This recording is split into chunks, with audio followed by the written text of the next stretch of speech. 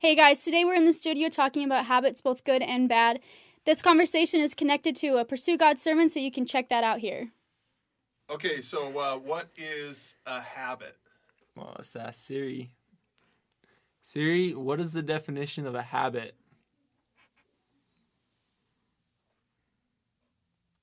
Let me check that. From 7 definitions of habit, the first one is an established custom.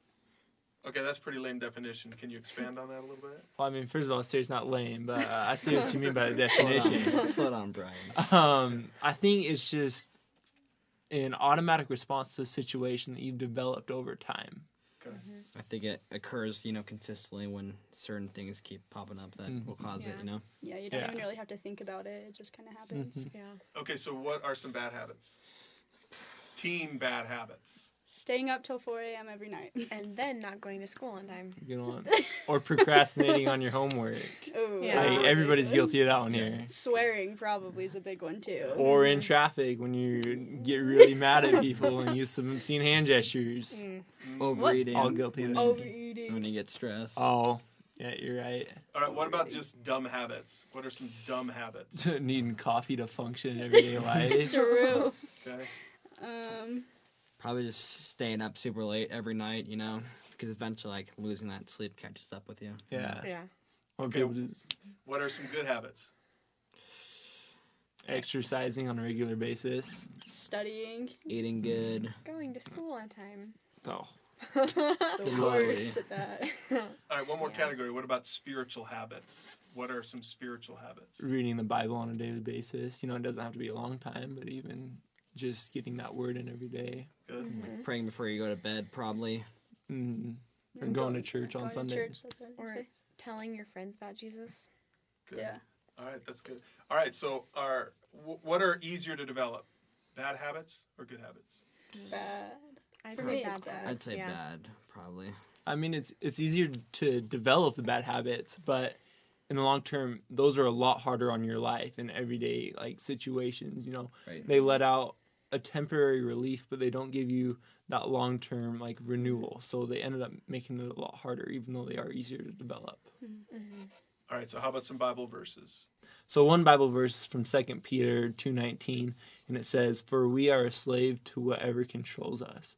And that can talk about lots of different habits. I think a really common example is people who suffer with drug and substance abuse, where they get so dependent on that thing that their whole life revolves around that. Do a lot of teens have those kinds of issues at your schools? Not a lot, but there's kind of an alarming number for Yeah. the age, how it is. It shouldn't be as high of a percentage as it is. And I think it continues to grow each year, which is does. unfortunate. Yeah, stuff gets more and more available, Yeah. and there's so many different forms of... Yeah. Yeah. Grant, what's another verse? So another verse is Romans 7:15. I don't really understand myself, for I want to do what is right, but I don't do it. Instead, I do what I hate. So I think this is kind of a problem with Christians, especially because they know what is right, but occasionally they get stuck into these bad habits where they know hey, Bible tells me to do this, but my body is telling me to do this other thing. You know? That's where the automated behavior comes in. Like our definition of a habit, it's just an automatic response. They know it's not what they're supposed to do. Yeah. Yeah, and it also goes along with that. A lot of times that bad habit will be just an immediate response that gives them some sort of release in that moment, which they want, instead of that long-term benefit on their lives. And I think that's why they continue to do that, because and that creates the habit. All right, Abby, give us one more verse. Romans 12:2.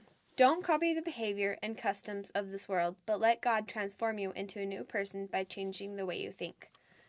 I think that just means that you should not let the world control you, but you should use God and the Bible as your foundation, and that control the way that you think. And I think the biggest thing we can pull from this is that we just have to be aware of our habits, both good and bad. And like that verse said, and like you explained, God is the only one that can influence the way we think. So we have to understand what God wants through those spiritual habits. You're reading the Bible, you're praying, and going to church, and that's really the only way you're going to develop those good spiritual habits.